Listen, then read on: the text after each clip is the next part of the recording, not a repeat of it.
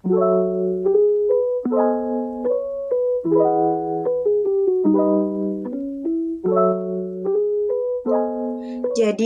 halaman depan website Kementerian Keuangan itu terdapat dua versi bahasa, yaitu bahasa Indonesia dan bahasa Inggris.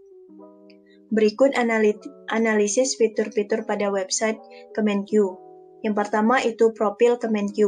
Pada menu profil Kemenq terdapat 14 submenu yang terdiri dari visi dan misi, sejarah, tujuan dan fungsi, struktur organisasi Kemenq, nilai-nilai Kemenq, profil pejabat, lokasi dan kontak, agenda, pengolahan kinerja dari resiko, daftar harian, arti logo program anti korupsi, pengaruh utamaan gender dan SMP Kemenq. Dari menu profil ini kita bisa mengetahui informasi dan menambah wawasan tentang Kementerian Keuangan. Berikut tampilan jika kita klik pada sub-sub menu tersebut. Pada submenu sejarah, jika kita klik satu kali akan terdapat beberapa submenu yang terdiri dari sejarah pengolahan keuangan, heritage bangunan keuangan, dan artefak. Sedangkan pada submenu pengolahan kinerja dan resiko juga terdapat beberapa submenu yang menampilkan indikator kinerja utama, peta strategi, sistem pengolahan kinerja dan resiko, dan FAQ. Pada submenu pengelolaan kinerja dan resiko, jika kami klik bagian submenu indikator kinerja utama, terdapat submenu yang menjelaskan sejarah dan perkembangan keuangan yang dimulai dari tahun 2011 sampai tahun 2014. Akan tetapi, kami tidak menemukan sejarah dan perkembangan keuangan dari tahun 2015 sampai sekarang. Sedangkan pada submenu FAQ, jika kami klik, terdapat dua submenu lain yang menjelaskan tentang kontrak kinerja dan penilaian kinerja dari Kemenq. Kedua, fitur eselon 1. Pada menu eselon 1 ini terdapat 11 submenu yang menampilkan website dari masing-masing submenu tersebut. Menurut kami, menu eselon 1 ini berguna dan bermanfaat bagi pengguna website Kemenq untuk mempermudah bagi yang mengakses website-website yang terkait di Kementerian Keuangan. Akan tetapi, masih ada sebagian submenu yang tidak dapat diakses seperti bagian Sekretariat Jenderal, Inspektorat Jenderal, Direktorat Jenderal Perbendaharaan, Direktorat Jenderal Pengelolaan Pembiayaan dan Resiko. Berikut tampilan submenu yang bisa diakses dan tampilan submenu yang tidak bisa diakses. Yang ketiga itu submenu atau fitur informasi publik. Pada menu informasi publik terdapat 11 submenu lain yang menjelaskan tentang informasi Kementerian Keuangan. Ada beberapa submenu yang berisikan informasi-informasi untuk publik, di antaranya pejabat pengelola informasi dan dokumentasi, daftar informasi publik, anggaran dan realisasi keuangan Kemenq, dan transparansi kinerja Kemenq.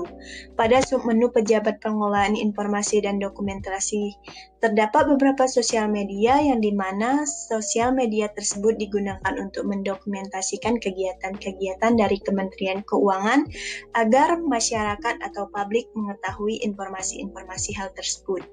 Media sosial yang ditampilkan terdiri dari Facebook, Twitter, Instagram, YouTube, dan website.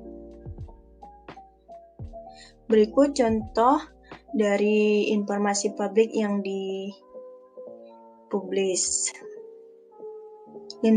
Pada submenu daftar informasi publik menampilkan daftar-daftar informasi publik yang terdiri dari submenu informasi yang wajib disediakan dan diumumkan secara berkala, informasi yang wajib diumumkan secara serta-merta, dan informasi yang wajib tersedia setiap saat. Pada submenu anggaran dan realisasi keuangan Kemenq menampilkan beberapa submenu informasi yang terdiri dari daftar isian, pelaksanaan anggaran, realisasi pendapatan Kemenq, realisasi belanja Kemenq, rencana kerja dan anggaran Kemenq, dan laporan keuangan Kemenq.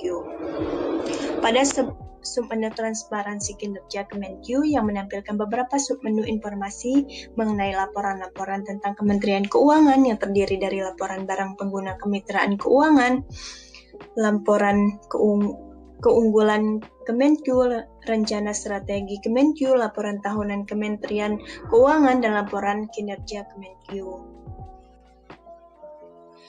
Yang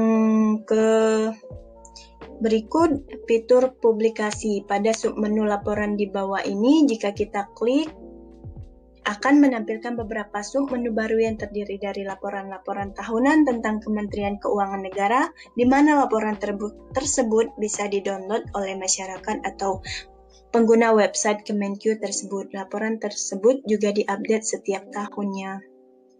Berikut yang dipublish seperti berita, artikel dan opini, siaran pers, dan lain-lain. Berikutnya ada fitur pelayanan. Jika kita klik pada menu pelayanan, maka terlihat aplikasi tentang pelayanan yang berbasis online atau digital. Layanan digital ini dibuat dalam rangka untuk mempermudah pengguna website Kemenq ataupun masyarakat. Terdapat 12 aplikasi yang digunakan antara lain registrasi penyedia barang yang digunakan untuk pelaku usaha dan penyedia barang, penanganan pengaduan yang digunakan untuk bagi yang memiliki informasi dan ingin melaporkan suatu perbuatan yang berindikasi pelanggaran yang terjadi di lingkungan Kemenq. Layanan tracking ekspor-impor digunakan untuk layanan tracking dokumen terkait ekspor dan impor, transfer daerah dan dana desa, online journal submission KIK, portal pengguna jasa DJBC, layanan lelang, penyetoran pembayaran PNPB, monitoring register hibah yang digunakan untuk pemantauan proses permohonan nomor registrasi hibah langsung yang diajukan oleh KL kepada DJPPR bersumber dari PHLN dan Kanwil DJPB yang bersumber dari PHDN. Berikutnya pembelajaran di PK Instan, di mana pembelajaran di PK Instan ini digunakan untuk sistem informasi akademik untuk penyelenggara perkuliahan jarak jauh, administrasi skripsi, SKPM, bimbingan akademik, evaluasi akademik, pendataan data dosen nilai dan VKL, pendaftaran NPWP digunakan untuk memperoleh nomor pokok wajib pajak sebagai sarana dalam melaksanakan hak dan kewajiban. Serta penerbitan SP2D digunakan untuk sarana penyampaian dokumen elektronik kontrak, dokumen elektronik RPD harian, dokumen elektronik gaji, dokumen elektronik SPM, digunakan dokumen elektronik LPJ ke KPPN. Berikut tampilan aplikasi yang disediakan fitur pelayanan pada Kemenq. Terima kasih. Fitur transformasi kelembagaan. Jika kita klik pada menu bagian transformasi kelembagaan, maka yang terlihat beberapa informasi mengenai informasi kelembagaan di Kementerian Keuangan yang terdiri dari profil reformasi birokrasi, change story Kemenq, berita aktual transformasi, manajemen perubahan, data transformasi, laporan tahunan TK, dan gerakan efisien. Jadi, apakah website Kementerian Keuangan sudah mengakomodasi kepentingan publik? Nah, berdasarkan analisa yang telah kelompok kami lakukan, ternyata website Kementerian Keuangan itu tergolong sudah sangat mengakomodasi kepentingan publik. Dapat kita lihat di sini itu ada kanal layanan. Nah, saat user memilih kanal layanan tersebut, user akan disambut dengan berbagai layanan unggulan terkhusus digital, layanan digital dari Kementerian Keuangan seperti SIM Merah, SIM Poni, SIM Trada, Whistleblower, LSPE, dan lain sebagainya. Nah, untuk mempermudah user memilih pelayanan apa sih yang akan digunakan dan sesuai juga dengan prinsip e-government, Kementerian Keuangan menyediakan jenis layanan e-government. Seperti yang kita ketahui, ada layanan e-government itu ada government to business, government to citizens, government to government, dan juga government to employee. Jadi user dapat memilih layanan tersebut. Nah, di dalam layanan itu nanti ada layanan informasi yang di dalamnya nanti juga terdapat daftar layanan beserta layanan bersama. Nah, sehubungan dengan tema bahasan kita mengenai kepentingan atau keberpihakan pada publik, tentu di sini akan dibahas mengenai layanan publik atau G2C atau Government to Citizens, yaitu layanan-layanan yang diberikan oleh Kementerian Keuangan kepada masyarakat atau publik. Jadi di sini terdapat banyak sekali layanan seperti layanan informasi melalui jalur PPID, registrasi penyedia barang atau jasa, bahkan tracking ekspor impor ataupun online journal submission untuk menambah pengetahuan dari publik, layanan lelang, pendaftaran NPWP, atau yang sedang naik daun sekarang itu layanan perpajakan dan bahkan beasiswa serta penyelenggaraan kunjungan studi dari Kementerian Keuangan. Nah, apabila user ingin memilih suatu layanan tersebut, user akan mengklik layanan yang dipilih dan kemudian nanti akan dipandu menuju domain website Kementerian Keuangan pada halaman yang masih berkorelasi untuk melanjutkan prosedur dari pelayanan itu sendiri. Contohnya nih, gimana sih itu maksudnya? Nah, di sini kan apabila user mau pilih layanan kunjungan studi Kemenku, nanti akan otomatis terbuka new tab atau tab baru yang di situ adalah halaman baru dari domain website Kementerian Keuangan itu. Jadi nanti di sini ujungnya itu akan berubah. Jadi nanti akan terbuka halaman baru otomatis dari komputer kita. Nah, yang kedua itu terdapat layanan informasi yang berupa atau berhubungan dan masih berkorelasi dengan layanan e-government itu tadi. Jadi layanan informasi ini sebenarnya menjelaskan secara rinci informasi mengenai persyaratan, mekanisme, prosedur, dan bahkan waktu pembuatan produk pada layanan e-government itu tadi. Tentunya hal ini akan memberikan keuntungan bagi masyarakat atau publik itu sendiri, karena semuanya sudah tersedia secara rinci apabila publik ingin berurusan atau membuat sesuatu, sehingga tentunya tidak akan ada kebingungan, bukan? Nah, selanjutnya di sini kami akan memberikan salah satu layanan publik unggulan yang sedang naik daun dan jadi buah bibir di Indonesia, bisa dikatakan, dari Kementerian Keuangan, yaitu layanan perpajakan, yaitu pendaftaran NPWP dan juga pelaporan pajak atau SPT, atau sekarang bisa dikatakan dinamakan e-SPT. Sekarang semuanya serba elektronik. Kenapa? Karena layanan ini merupakan suatu revolusi dari layanan yang dulunya bersifat manual, sekarang itu dilakukan hampir dominan secara online. Ini bisa dilihat ada screenshot berupa laporan perpajakan yang dapat dilihat. Di sini ada tata cara, aplikasi, dan lain sebagainya. Dan di sini nanti ada login untuk pendaftaran NPWP, dan juga di sini ada website untuk mengenai lapor SPT yang bisa dipilih oleh user. Jadi program ini nanti akan dijalankan oleh perpanjangan tangan atau badan vertikal di lingkungan Kementerian Keuangan, yaitu KPP dan KP2KP, untuk melakukan layanan tersebut. Tentunya program ini akan memberikan banyak sekali manfaat dan kemudahan masyarakat, terkhusus di era COVID-19 ini. Karena sekarang banyak sekali regulasi mengenai work from home atau social distancing, yang tentunya diiringi kecanggihan teknologi sekarang, karena tiap tahapan itu sekarang sudah dilakukan secara online. Bahkan, asal teman-teman ketahui, pembayaran sekarang itu di Kementerian Keuangan telah diterapkan secara elektronik atau dinamakan e-billing. Jadi sekarang semuanya itu serba online dan serba di ujung jari, serba klik saja. Bahkan pengiriman produk itu seperti NPWP dilakukan melalui pos kepada alamat yang sudah tercatat. Nah, jadi kami akan menjelaskan layanan publik pertama itu mengenai NPWP.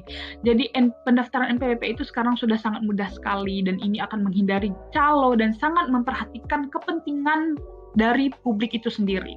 Jadi tiap wajib pajak itu apabila ingin melakukan pendaftaran secara online itu harus melakukan permohonan NPWP melalui aplikasi e-registration yang ada di website Kementerian Keuangan itu sendiri.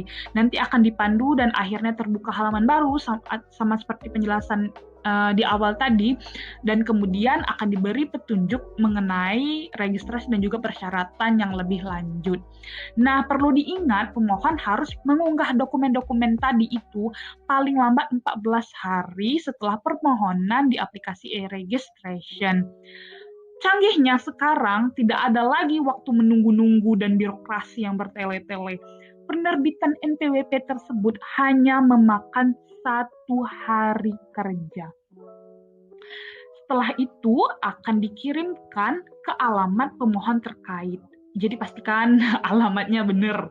Nah, di sini itu telah di-highlight pembuatan produk NPWP itu hanya memakan 1 hari.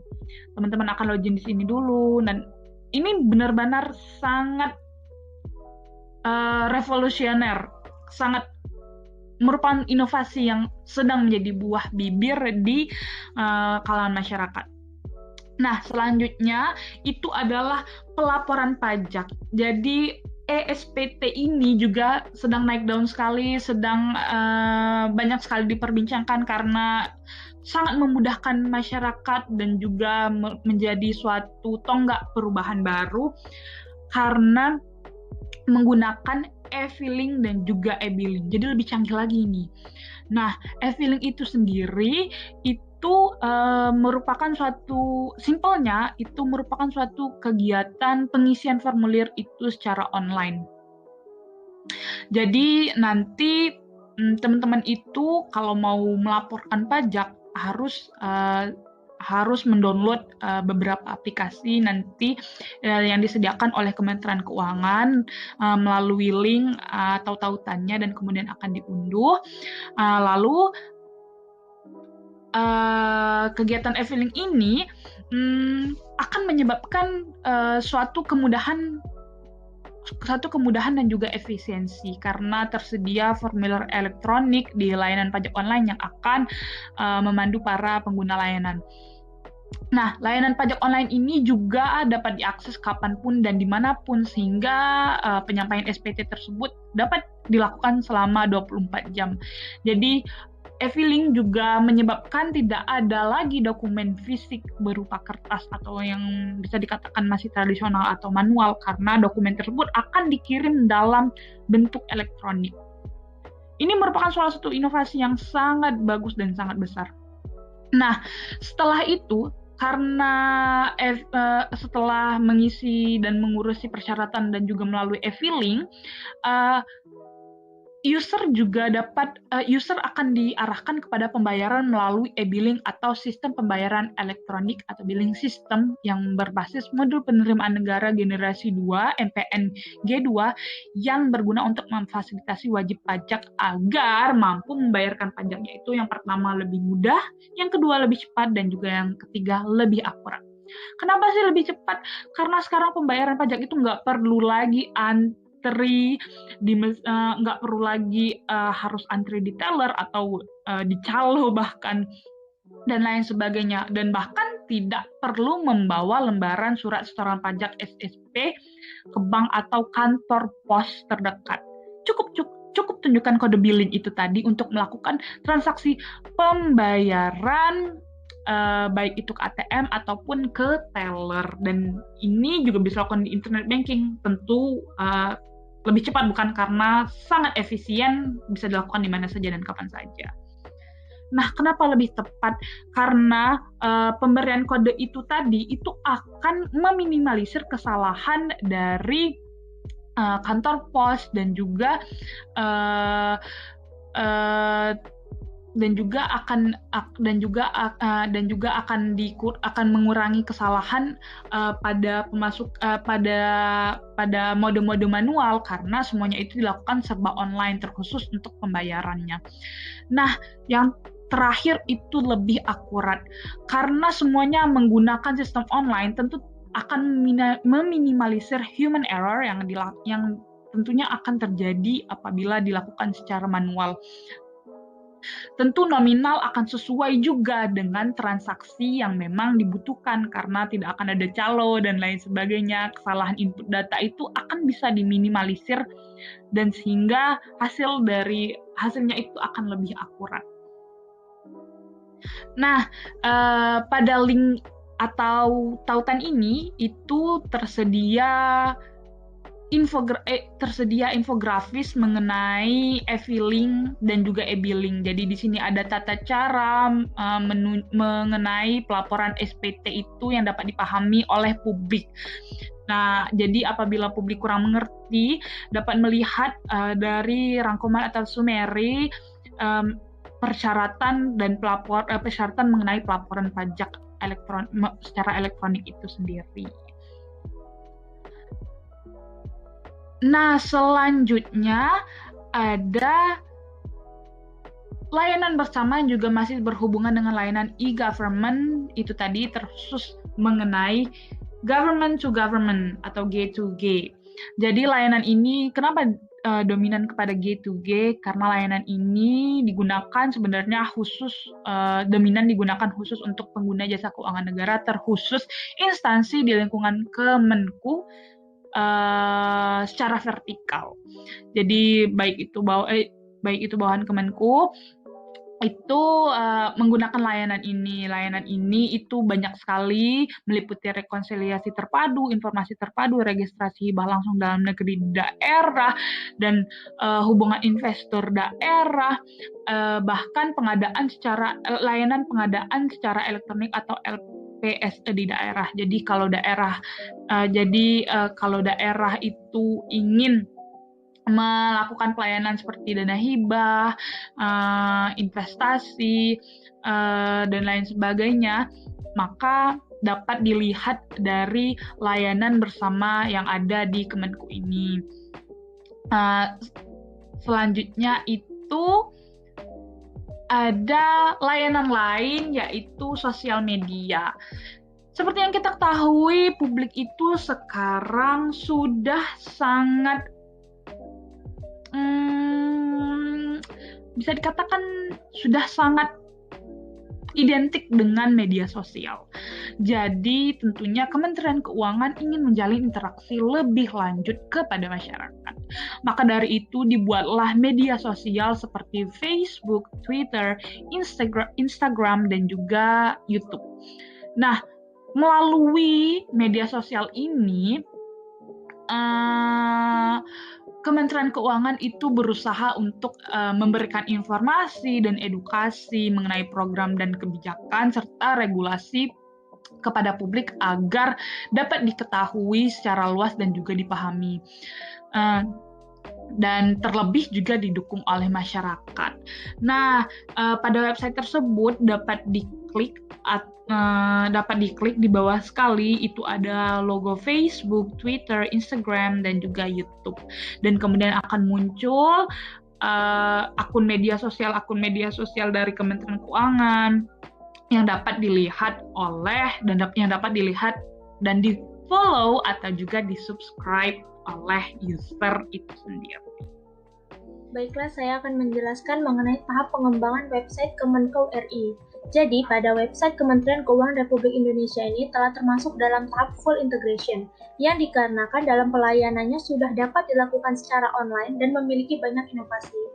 Dalam penerapan sistem e-government di website Kementerian Keuangan Republik Indonesia ini telah menerapkan yang pertama itu adalah e-Kemenko. Ini merupakan kumpulan dari berbagai macam sistem informasi yang mendukung office automation pegawai Kementerian Keuangan. Yang kedua adalah e-Magazine. Ini memberikan media Kementerian Keuangan yang berisi media keuangan dan media lainnya yang berkaitan dengan kinerja. Kemudian ada e-billing. E-billing ini adalah sistem pembayaran elektronik dalam memfasilitasi wajib pajak untuk membayarkan pajaknya dengan lebih mudah, cepat, dan lebih akurat.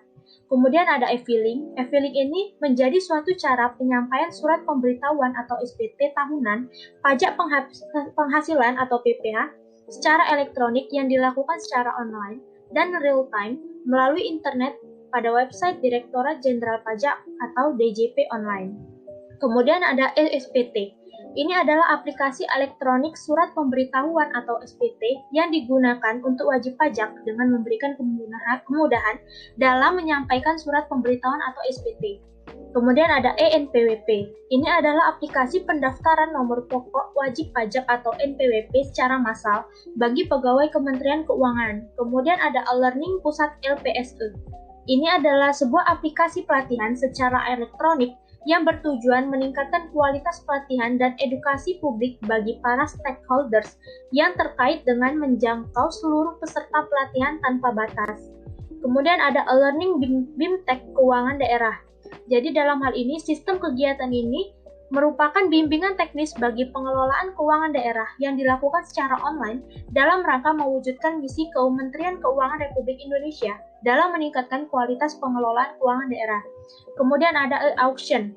Jadi dalam hal ini, pelaksanaan lelang yang dilakukan secara online dilakukan secara lebih praktis untuk meningkatkan pelayanan kepada masyarakat. Kemudian ada LKHPN. Ini adalah sistem yang menampilkan pengumuman harta kekayaan penyelenggara negara atas laporan harta kekayaan penyelenggara negara atau LKHPN yang disampaikan oleh KPK. Dari 10 layanan yang secara online tadi, terdapat pelayanan yang menarik di bagian Kemenkeu, yaitu e-Prime. Jadi e-Prime ini adalah sebuah aplikasi yang memberikan layanan sistem informasi kesekretariatan Kementerian Keuangan Republik Indonesia dengan di dalamnya terdiri dari 14 fitur layanan yang dapat dilihat di dalam PPT ini. Kemudian ada pun fitur yang menarik di antara 14 layanan e-Prima ini, yaitu yang pertama adalah HRIS atau Human Resources Information System. Jadi hal ini bermanfaat dalam mempermudah pengelolaan dan akses data sumber daya manusia. Yang kedua itu adalah NADIN atau Naskah Dinas Elektronik. Dalam hal ini mampu melaksanakan pengelolaan arsip berupa surat masuk, disposisi, pembuatan konsep naskah dinas, ataupun surat keluar. Selain itu, terdapat fitur tanda tangan digital yang disupport oleh BSSN. Kemudian ada e-performance. Jadi dalam hal ini, layanan fasilitas bagi pegawai Kementerian Keuangan untuk melihat hasil dalam penilaian kinerja. Kemudian ada Perjadin. Perjadin ini adalah layanan untuk melihat status usulan perjalanan dinas luar negeri. Kemudian ada e-advokasi. Jadi layanan ini dalam mengajukan permohonan bantuan hukum. Jadi dalam tahap website Kementerian Keuangan Republik Indonesia ini telah memasuki tahap transformasi digital sebagai upaya dalam memberikan pelayanan yang lebih baik kepada masyarakat dan dunia usaha.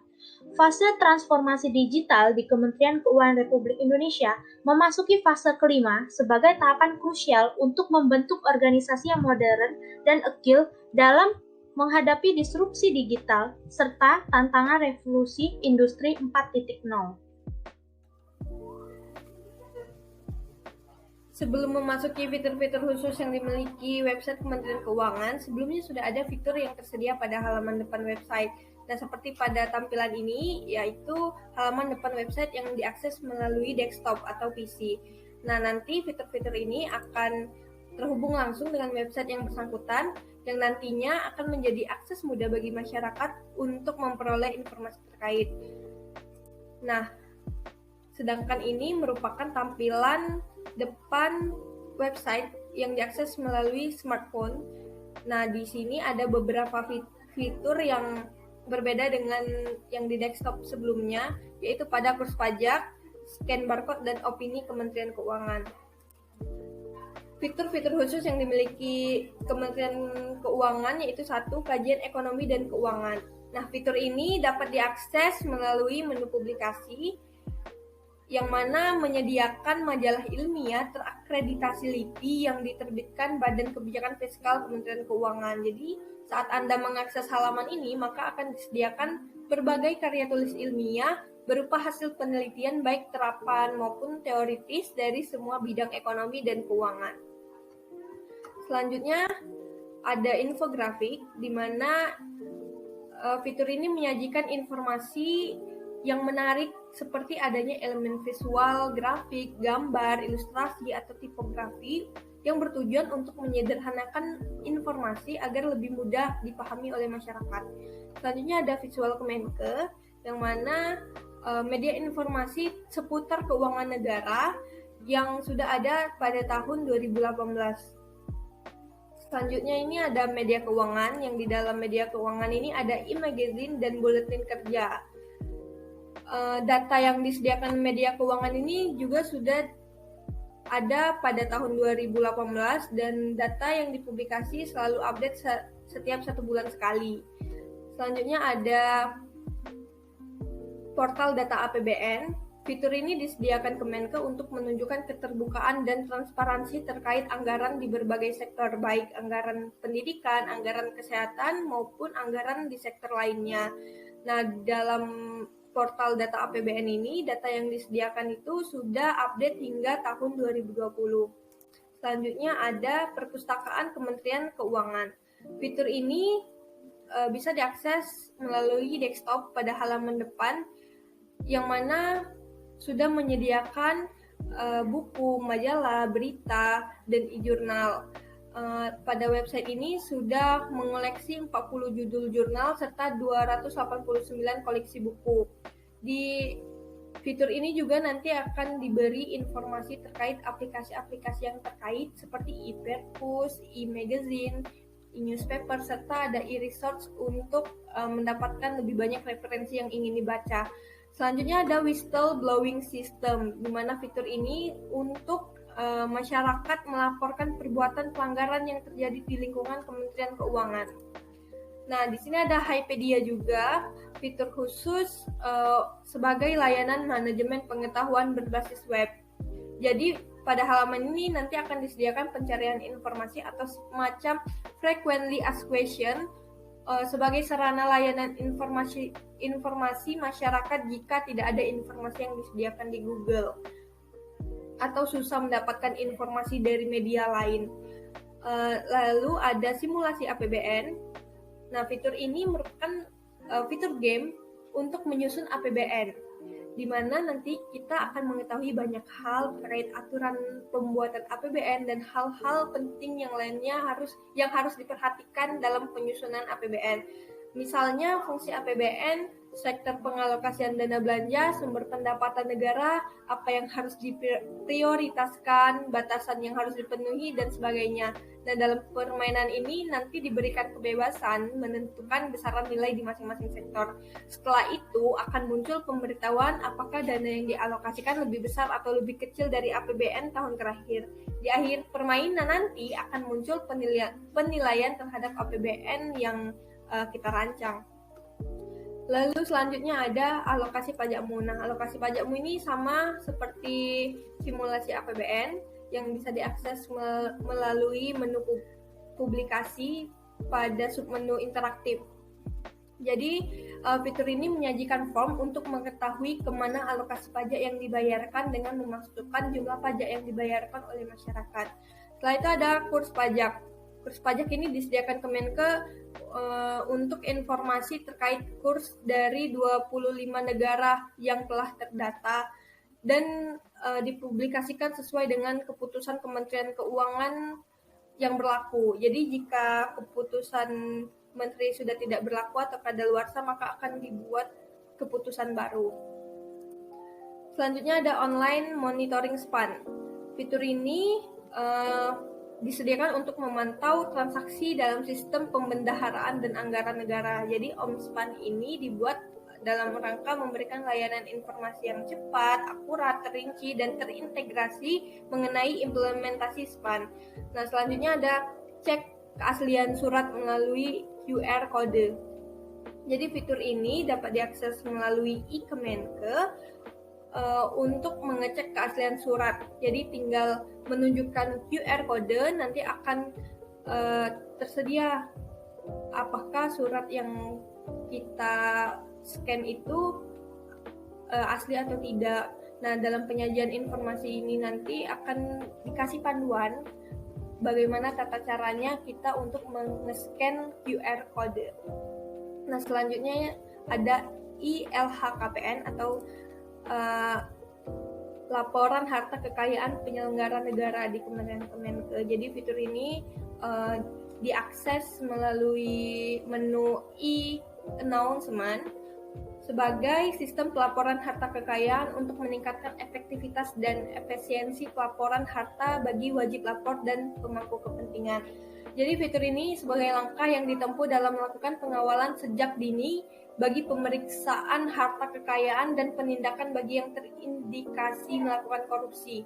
Nah, untuk melihat harta kekayaan para pejabat di lingkup Kementerian Keuangan, masyarakat bisa mencari dengan menggunakan nama atau NIK penyelenggara yang bersangkutan, serta tahun berapa yang ingin kita cari. Nanti setelah itu akan disediakan berbagai macam nama yang bersangkutan, dan kita bisa melihat siapa yang ingin kita lihat penyelenggara negaranya. Dan di sini juga ada warna hijau dan warna merah yang telah tertera di sini.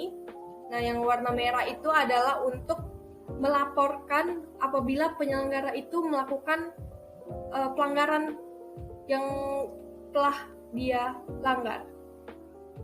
Selanjutnya itu ada opini Kemenke.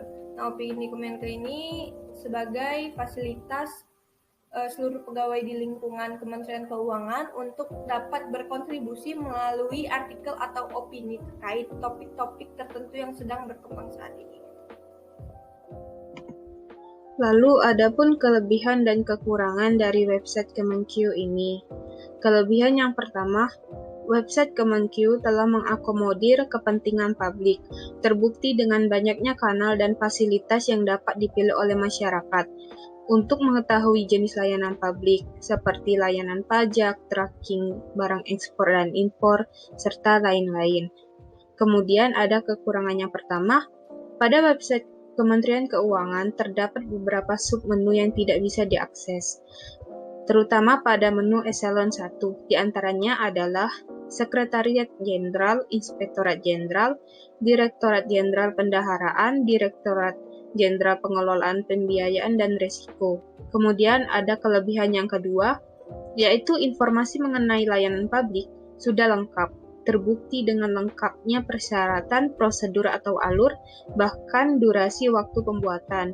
Lalu kelebihan yang ketiga, layanan telah menggunakan sistem elektronik sesuai dengan prinsip e-government yang dicita-citakan pemerintah.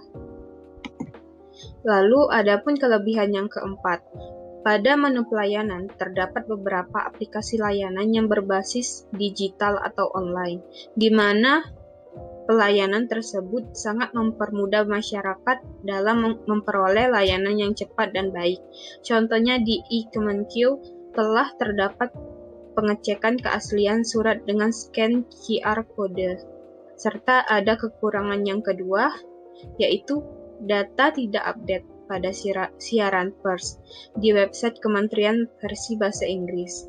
Data yang diberikan telah terhenti pada tahun 2018. Adapun kekurangan yang ketiga, beberapa fitur atau menu yang diakses melalui smartphone tidak bisa menampilkan halaman, sehingga harus mengubah mode desktop baru terlihat tampilannya.